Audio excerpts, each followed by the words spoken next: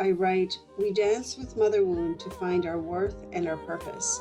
Mother may never actualize into the person we think we need her to be, and yet we can become our own center. The fact is, we have exactly the right mother to launch us on our wisdom path. She is the portal for our empowerment. Mother is our awakening.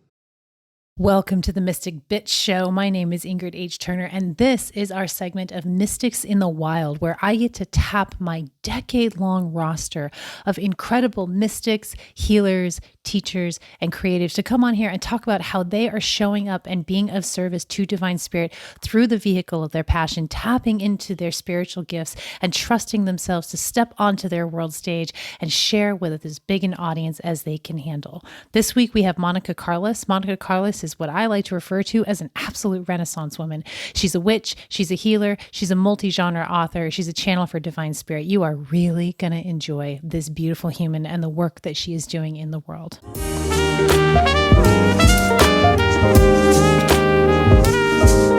Monika, thank you so much for coming on and being on my Mystic Bitch Show podcast. I'm really happy that you're here, and I'm really happy you said yes. Like I said to you before, when I was thinking about this segment, your name just kept blaring in my head. Not like a sound, but like one of those neon signs, Monika, Monika, Monika. And okay. So I'm going to find Monika. And then you said yes, and I love you so much. So this segment of the show, The Mystics in the Wild, is really about me. I have this huge roster of amazing humans who I connected with over the last 10 years, doing all kinds of weird and wonderful mystical things out in the world. And my show is primarily about intuition development, psychic development, because I think that is the pathway to lead a fulfilling life when you really learn to trust yourself and your connection to divine source energy. And you are I see you as a shining example of that and taking your gifts out into the world. Honestly, I see you as a Renaissance woman. Everything that you do and have done that I've seen, and I've just seen just a little bit. I've only known you for a few years. And so I know that your life, the life that you have lived and are continuing to live is full of depth and richness and variety that I'm really excited to get into, and especially excited to talk about what your focus is right now. Right. But that's the way that I see you. I mean, you are a multi-genre author, which I don't think is that common. And I remember talking one time about your Dark Pool Trilogy, which you're going to talk about more, and the fiction, right? And I remember talking to you one time about how this is a channeling experience for you. You're reaching into other dimensions and then using your creative juices to bring it and birth it into the world. And I do that with my poetry. That's something I'm really familiar with. You tap into a spirit or a dimension or an energy, and it comes through in your words and your writing. So I definitely want to talk about that because I think that's a really powerful way to talk about mysticism and our intuitive gifts and our ability to connect with spirit. But I know that's not entirely your focus right now. Like that's sort of at the moment. Is that correct? Yeah. Okay. Yeah. So, but anyway, and then I went through you're an incredible healer. I went through your program, your Healing the Mother Wound program. And I went through that at a time when I desperately needed you and your energy and your expertise and wisdom and experience with dealing with the mother wound. I was going through a really difficult time with my entire family at that point. And, something that I posted on TikTok earlier when I was talking about you and the show and how important it is to address that core mother experience. And we all have, almost all of us, I think, regardless of our upbringing, because mom is human, we all have like this, it's an intense experience of mom, because mom is the first. Yes. Mom is like God to us, and we never quite lose that, right? So the experience with mom ripples out into our lifetime. And I know we're going to talk about that in the book that you wrote about that, which you parlayed off of your program, which was incredible and was a lifeline, my lifeline, while I was going through my own healing process around that. And things are much, much better now. Like things are good. Mhm. And your Yay. program was pivotal in that experience. So just the way that I see you as this Renaissance woman, multi-genre author, super creative, incredibly loving, space holding healer. I mean, the way that you show up in the world has always impressed me and inspired me. But I'm going to turn it over to you. I want you to tell people how, like, introduce yourself. Like, how would you introduce yourself? Mm. Well, thank you so much for that introduction. It was so beautiful and so heartwarming. And I really love that you used the word Renaissance woman because, you know, truly my life, this present lifetime, is so deeply, deeply informed by my past lives and by my Mm, ancestors that, half the time I'm living, in another experience. And I feel like this lifetime, I'm really pulling a lot, from other lives in yeah. order to be able to understand myself better, understand this world better, and understand others. So, I'm just like a regular woman who is living a very simple life. I live on Vancouver Island in Canada, and I love quiet pursuits. I love reading. I love writing. I love creating, growing my own food, and creating a beautiful home. That's something that really inspires me, is to making our home someplace that is a safe container, someplace you can come back to from the world and feel that I can be myself here. So, as much as I talk about wild women and wise women, I really feel that the wilderness that is within us is something that is cultivated in our own very private space. Hmm. And it's really more of a deconditioning than a conditioning to be wild, but more of a deconditioning from, what we've been kind of initiated into by the world. Yeah. Deconditioning So, from conformity. Absolutely. yeah, Oh, you're speaking my language. Yeah. yay. And writing for me has really been the thing that has saved, reading and writing has what really saved my life, literally, from an abusive childhood. And, just coming from one culture in Europe and then being adopted into Canada And where are you and from Poland. originally? Poland. Yeah. Yes. And so having to learn a new language and just becoming acclimatized to here, but within a very kind of shaky and unsafe and abusive um, family, um, was quite the challenge. Yeah.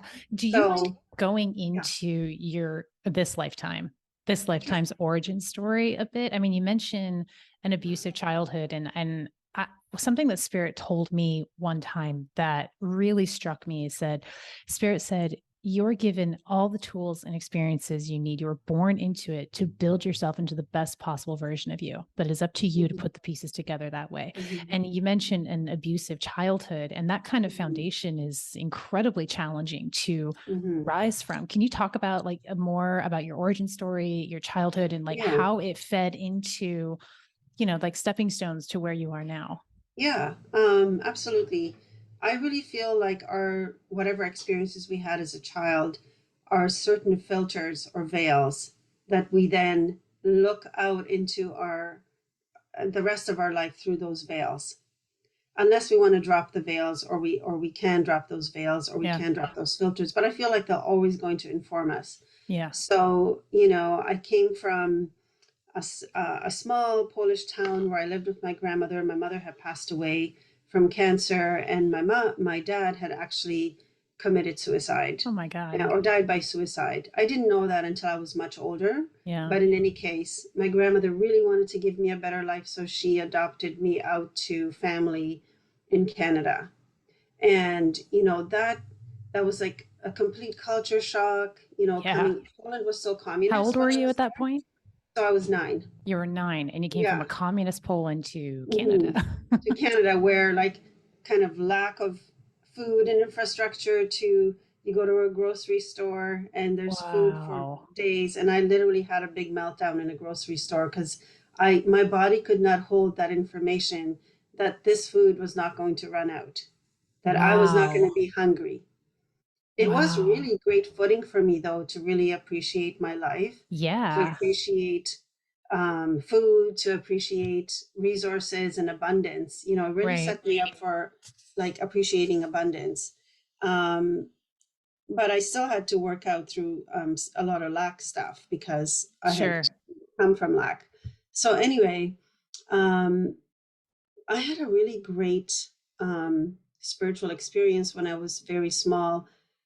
I knew that where I was wasn't good and that it was harming me, but I also had the insight that I'm not going to be here forever. And I was like sitting there at like 10 years old going, okay, how many years, counting on my fingers, do I have to Whoa. stay here? And then I knew I have to survive this, and then I'm out, and then I can create my own life. And I Oh was my very, God. You were 10, around I was 10 at 10. that point? Yeah. Wow. And I was super determined that this was not going to define my life. I knew that it was going to be a process, Yeah. but I felt like, okay, when I get out on my own, I can recreate my life and I can pull in whatever I need or I want. And, you know, in terms of coming through that, there were very many layers. That was like I was Yeah. like raised as a Catholic. Then I thought, oh, that's not working for me. When I got older, I defected to the Protestant church. And then I realized this isn't quite it either. And then I just walked into the woods one day and I was like, I came out and I was a completely different person. I was like, this is my grounding. This is my mother. This is my earth. This is my rootedness. And that set me kind of on my wise woman path and following my healing through grounded spirituality, Yeah. which was not, I wasn't really interested as much in dogma or anything. I No, was I interested imagine not. Yeah, I was interested in what is earthy and what is rooted that can hold me down to this planet, so I can stay here. Because Yeah. when I was very young, I thought about suicide. I thought, what are the different ways that I can escape this horror that I'm experiencing right now? Right. But um, I also had a really innate love for the planet and for nature, and I was always able to find joy somehow, like you meet somebody, you meet a teacher that says a kind word, or you meet somebody that introduces you to gardening. So then, the things that, the kindnesses that I met along the way or the interests that I developed along the way became my healing. And I'm not a person that was ever able to go to somebody and talk about it. And talk therapy, I knew it was never going to work for me. Why do you And think I that is? And again, I have to say it was all about intuition because Mhm. intuitively I knew that I didn't want to be in my story all the Yeah. time. I wanted to be seeking solutions outside of my story. I knew my story was the foundation, that I had grown up with. But Yeah. talking about it over and over to me was trauma. Right. And I do feel like for a lot of people, reliving their story constantly by talking about it can be very traumatic. So I think we just have to really know ourselves and know what kind of therapy is going to work for us. Yeah. For me, it was basically the forest.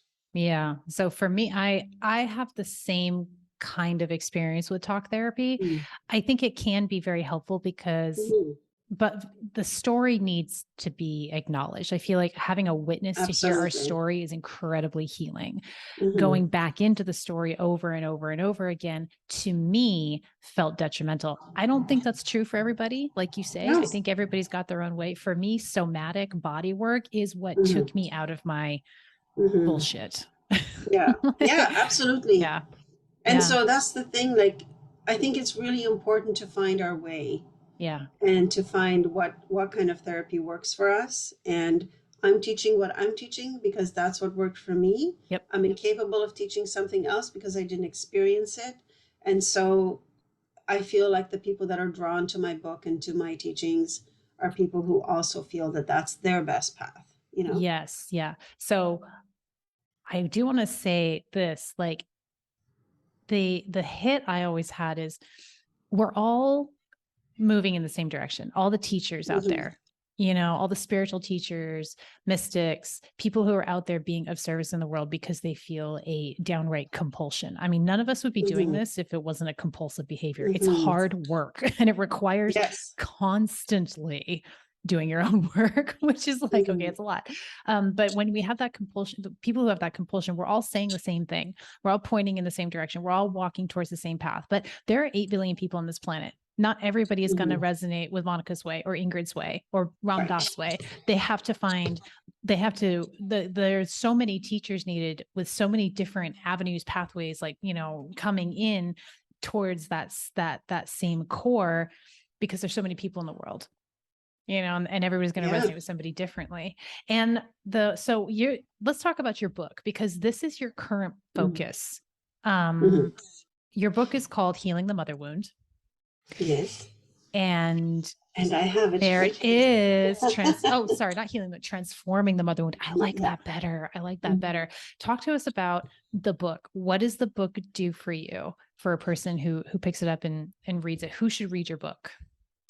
Um, I'll tell you one thing that I want to say about my book is that I wanted it to be something really beautiful, that you could hold in your hands, and that it would I feel that beauty really heals people. So Yeah. one of my first intentions was, how can I get some amazing artwork in this book, and how can I make the book feel like, as you're flipping through the pages, even the formatting, how can it feel beautiful? Because I feel like that can be part of the journey towards healing. And then, as you know, because you were in my course, I had written a course, and I loved leading people through it.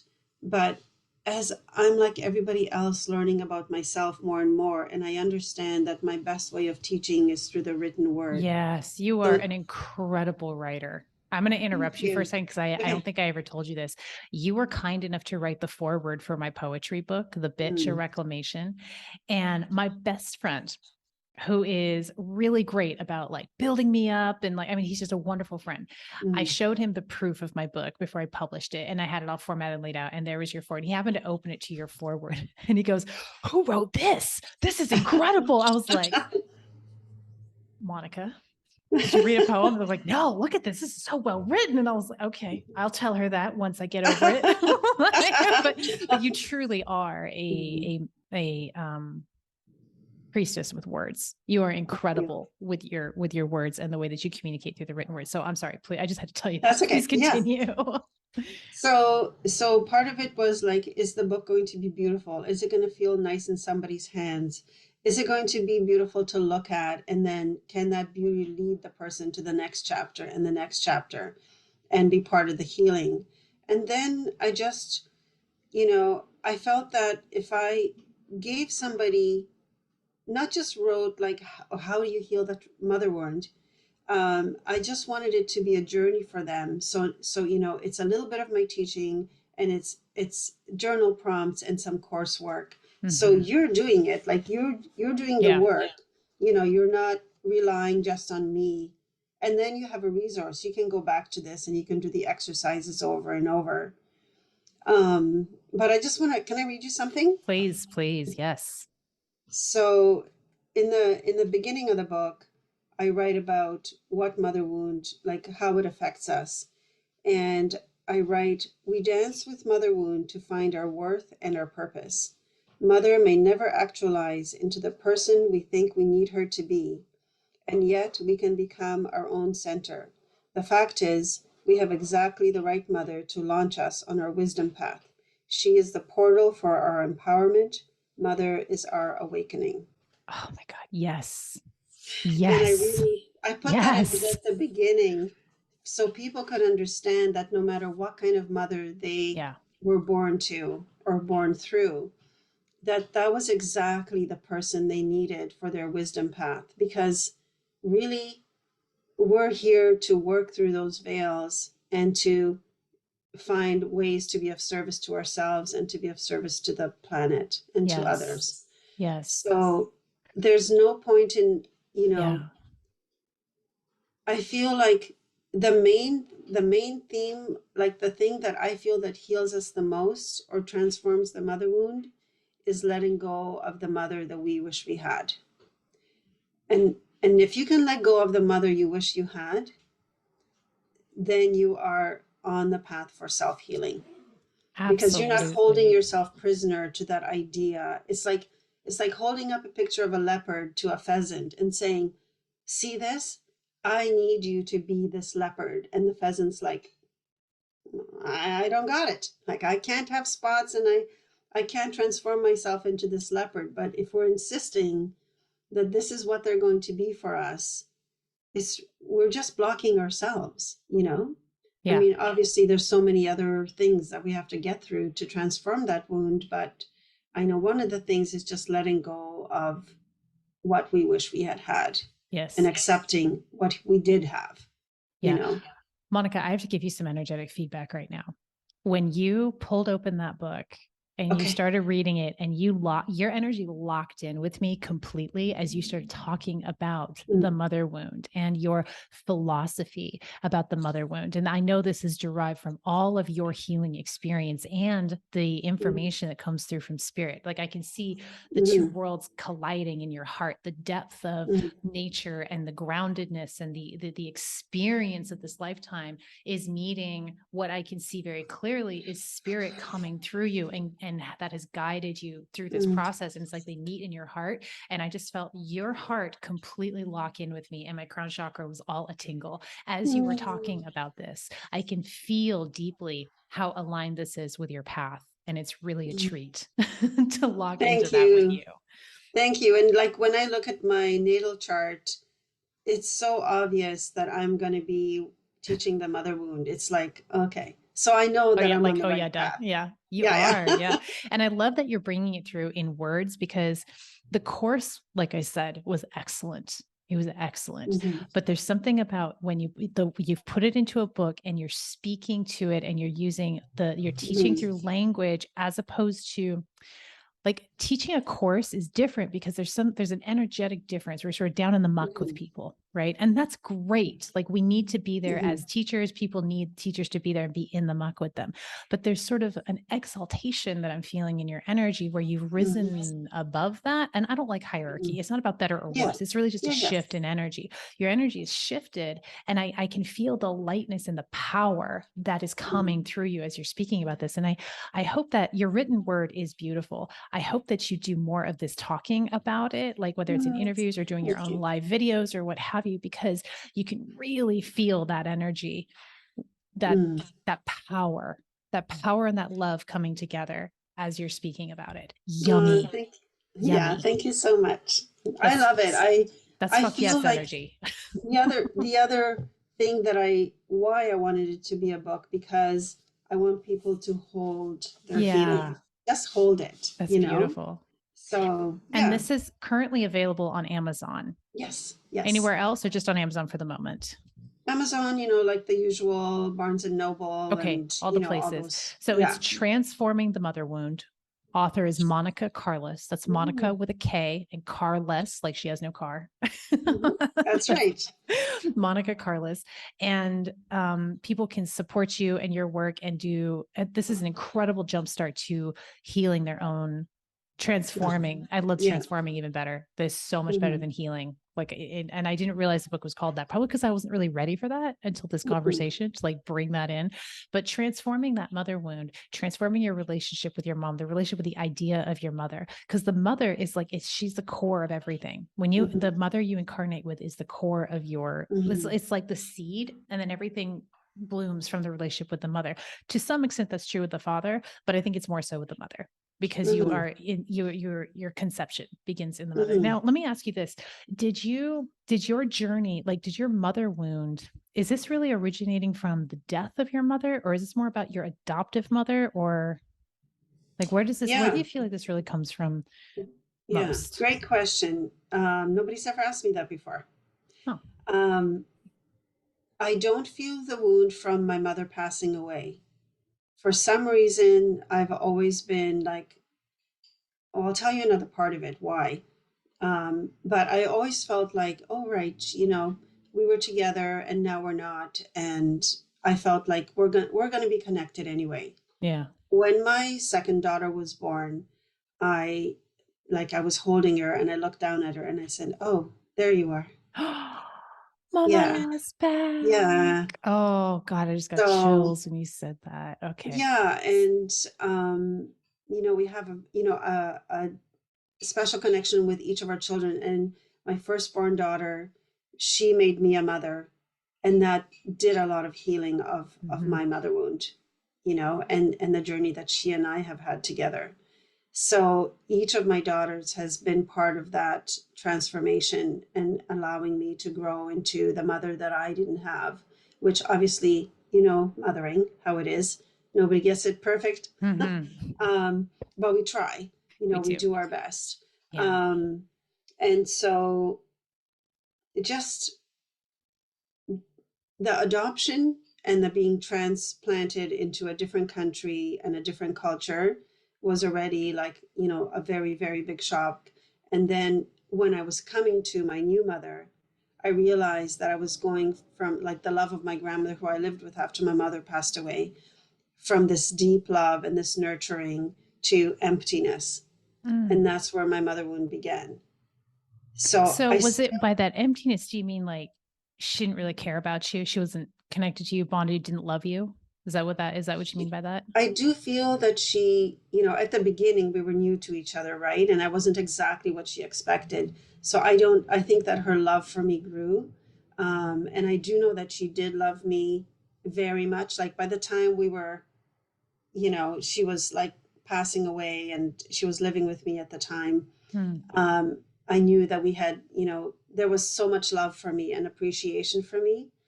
But when I was young and I really, really needed that for my foundation, for my life, Yeah. she couldn't give me that because Mm. her focus was controlling me or manipulating me into a person that could make her happy.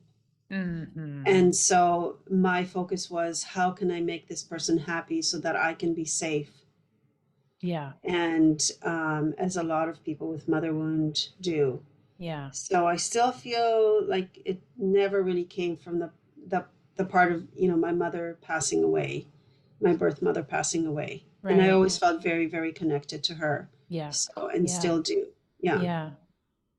I think I've channeled your birth mother before, haven't I? Yeah, you I have. have. Yes. Yeah, Yeah. that she's got Yeah. intense energy if I recall, which I Yeah. don't recall much when I channel, but yeah, I feel Mhm. like she's come through and it's like, whoa.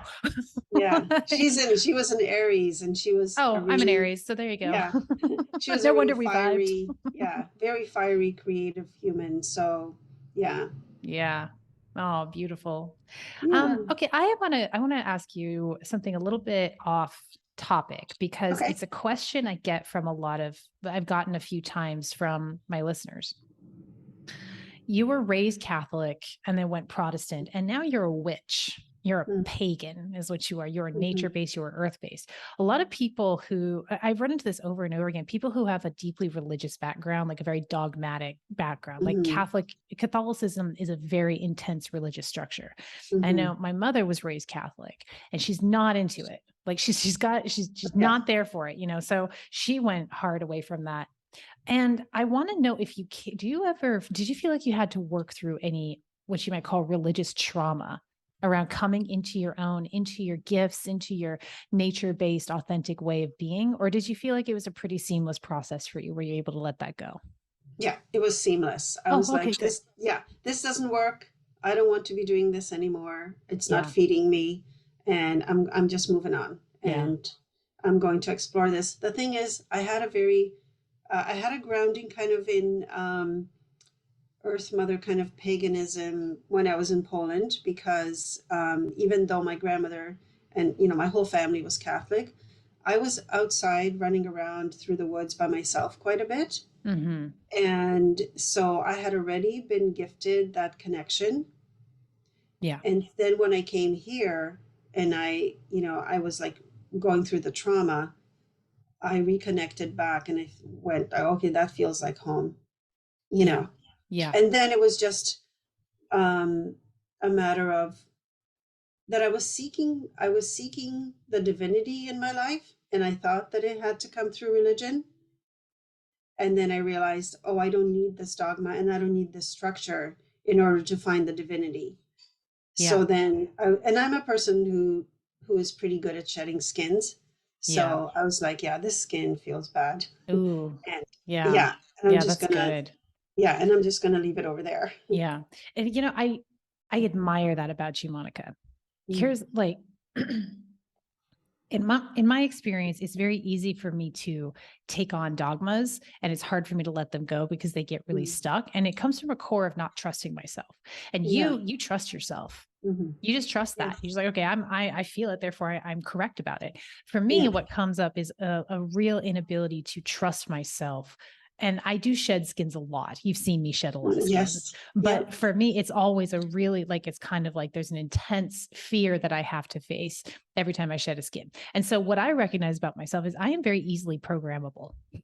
Mm. And that's hard. I think it's true for a lot of people, and it's not so true for you. And I think you're in the minority that you're not so easily programmable by your dogmas, your environments, politics, whatever it is.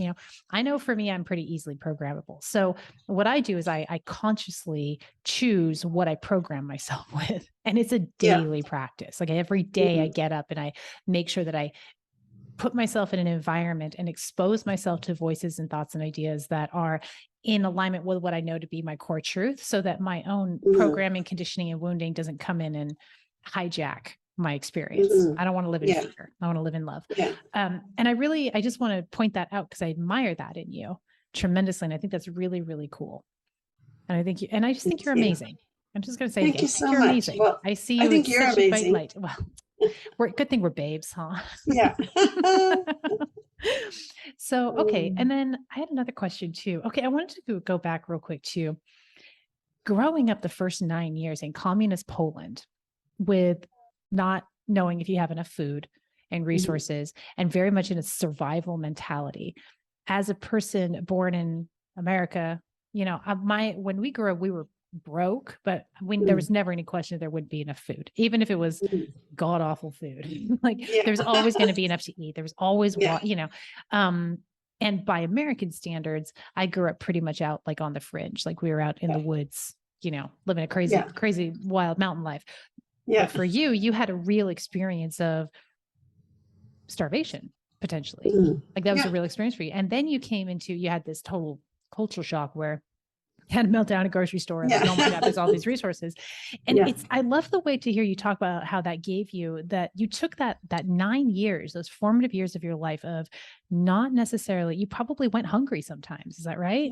Yeah. So you experienced real hunger, which I've never experienced that. I've never experienced really being hungry and not being able to get food.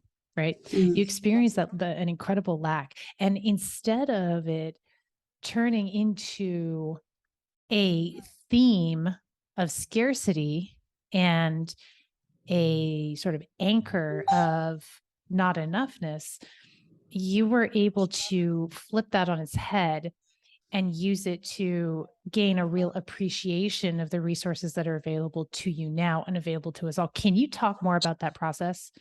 Because a lot of us deal with scarcity and lack mentality, and we've never experienced it. So please talk about that a little bit.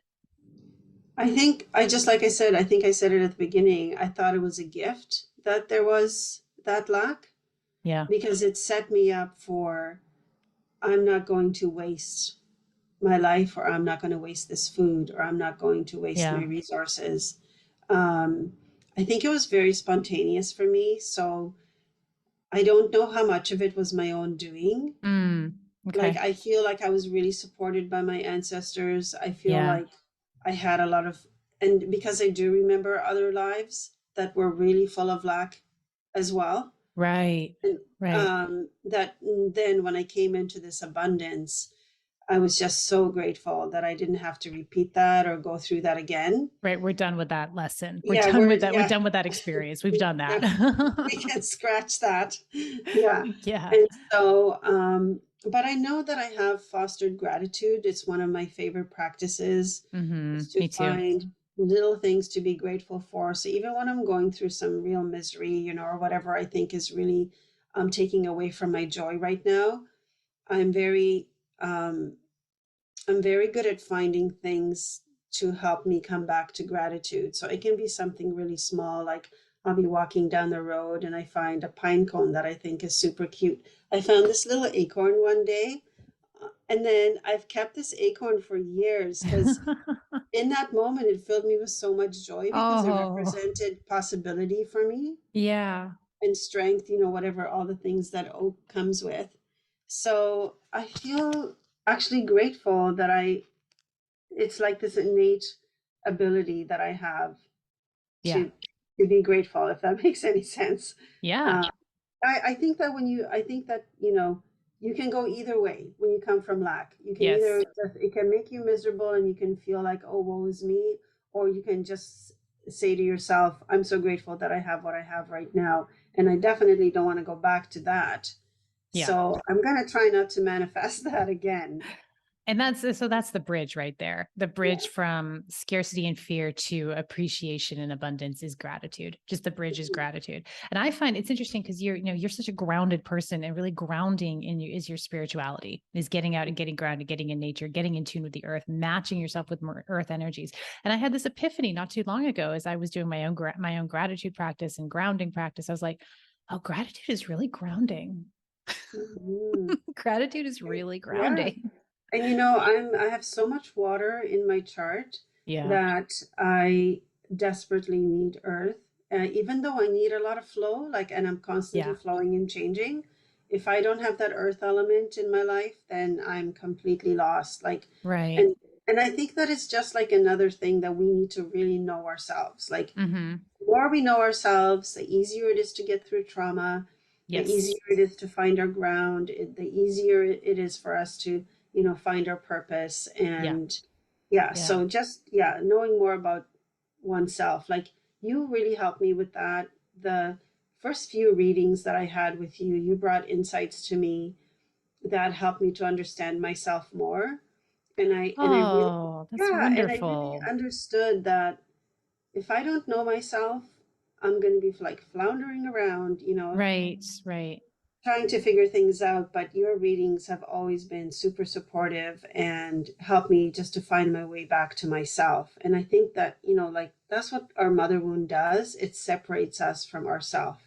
So much yes about the mother wound, and this and the Mhm. attachment to the mother wound separates us from ourselves. And thank you very Mhm. much for that feedback in your kind words. I Mhm. always really, really appreciate that. Thank Mhm. you.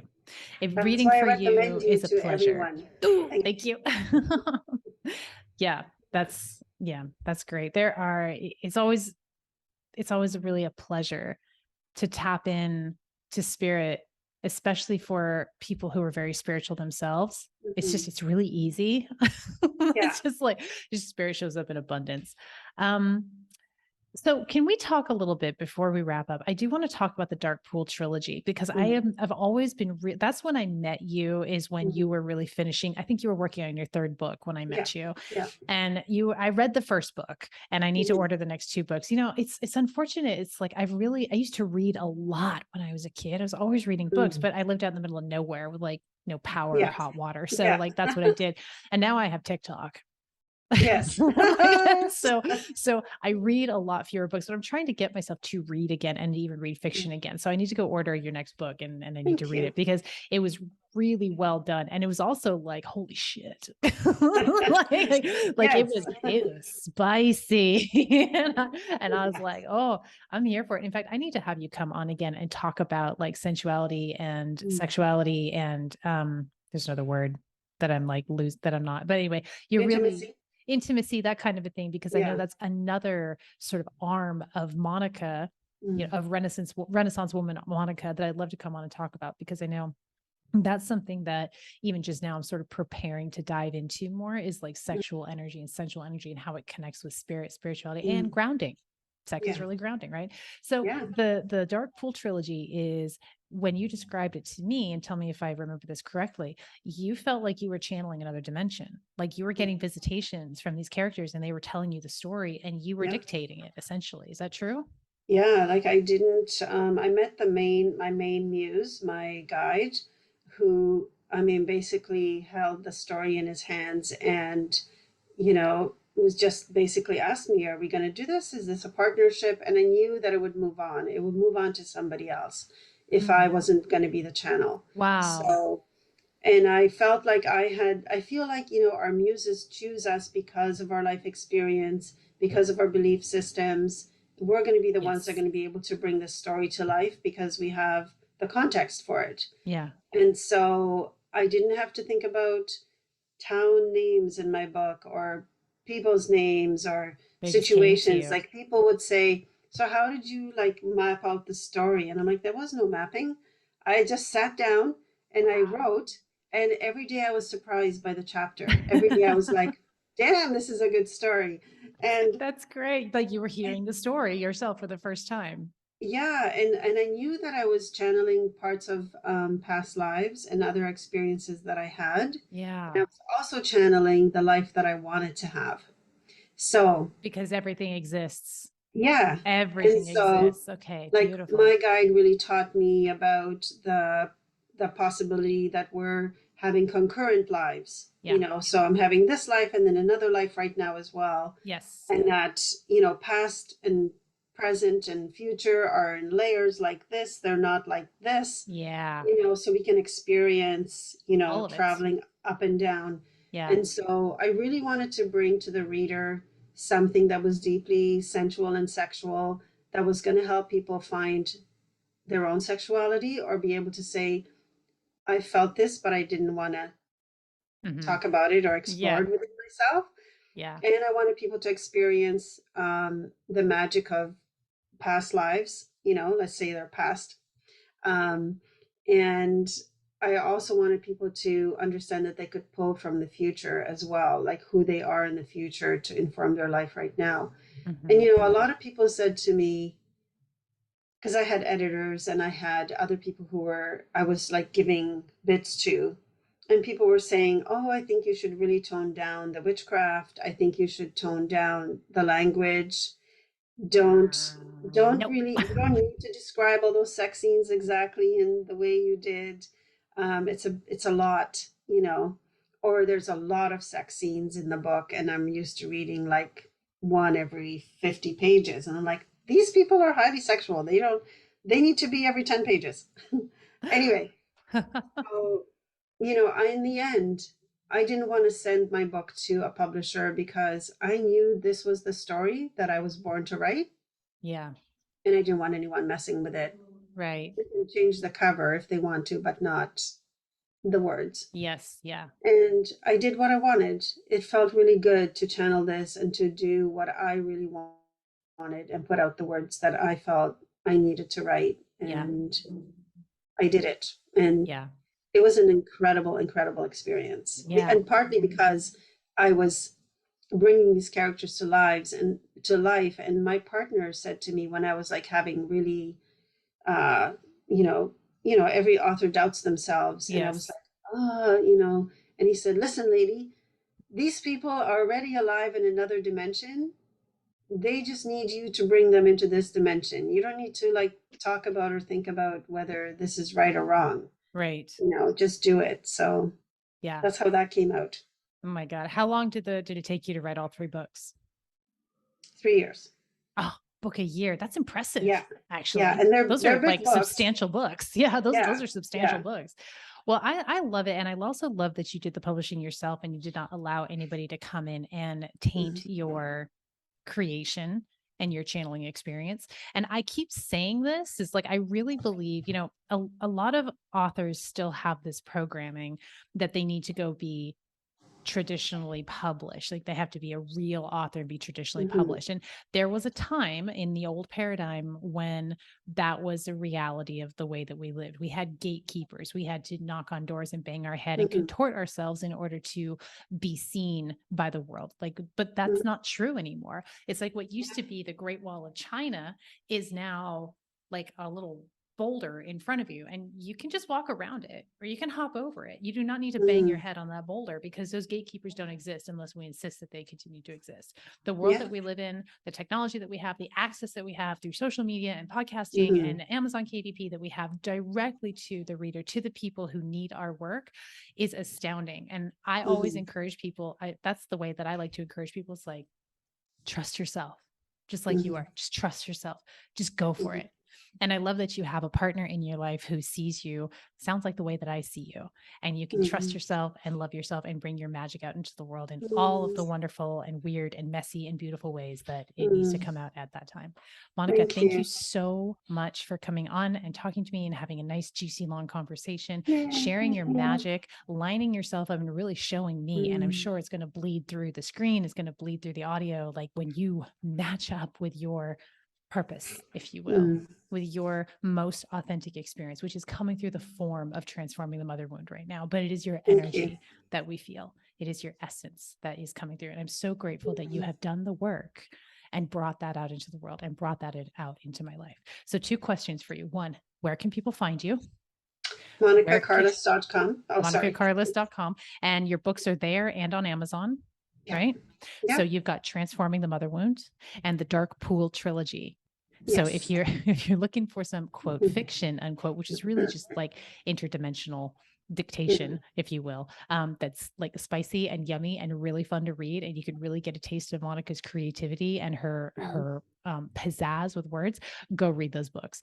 And then Transforming the Mother Wound, really powerful for any kind of relationship that we have with mom. I sort of don't think there's a human on the planet who doesn't have a mother wound, whatever kind of mother we had, whether you had a raging narcissist as a mother or a really loving earth angel mother, because mamas are human and we are connected to mother, and every deviation that mother has from perfection wounds us. That's not mom's fault necessarily. Like, that's not mom's fault. That's just the experience of our human reality. And transforming this and turning these wounds and these traumas into our superpower, into our spiritual superpower, into our spiritual gifts that we are of service with, nothing more powerful. And I think the mother is a key component to that. And then second, how can people best support you, Monika? People who are listening, they want to find you, they want to follow you, they want to support you in some way. What's the best way for people to support you? The best way to support me really is to read my books, because that is the passion of my life and, you know, my service in the world. So if they would just, you know, buy a book, read a book, share a book, and find their own path, you know, that really helps me too. Helps me to be a better human being when people become their best selves too, because, you know, the ripples, right? It does. One human showing up in love ripples out to thousands. Even one interaction ripples out to thousands. So your books, link to your website, is going to be in the show notes as well. So listen up, go check, go click, go find Monika. She's on all the socials. She's even on TikTok now. Thank you, Ingrid. Look what I've done now. She was like, I'm not going to do it. And I'm like, yes, never. There was a reason that you needed to get on TikTok, and that will be revealed. So she's user Monika Carless. Monika with K, Carless, like she has no car, on TikTok. And then you're Monika Carless on social media. So come find her, find me. I'm Ingrid H. Turner on TikTok, and I'm Ingrid H. Turner everywhere on all the social media sites. Monika, thank you so much. I love you. I adore you. I'm going to have you back on to talk more about some deeper stuff, but this has been really, really great introduction to the wonders of Monika Carless. Thank you so much. Thank you so much. I appreciate you.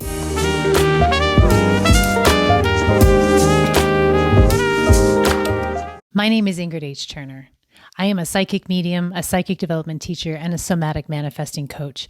I am here to help the misfits, the black sheep, and other highly creative individuals tap into their psychic gifts, learn to trust themselves completely so that they too can step onto their world stage and share their gifts through the vehicle of their passions with as big an audience as they can handle. You can learn more about me on my website, ingridhturner.com, and please follow me on all social media accounts. I'm Ingrid H. Turner everywhere, and support the Mystic Bitch Show on Patreon. You can support us for as low as $5 a month, and with that support, you get tons of perks. You get gifts from me, you get extra content, you get events that you can come to that nobody else can, just the Mystic Bitch Show supporters, and so much more. Navigate over to my Patreon page, patreon.com/Ingrid H. Turner. Other ways that you can support this show is sharing this podcast with anyone who you think could benefit from the teachings and the wisdom and the mysticism of the Mystic Bitch Show.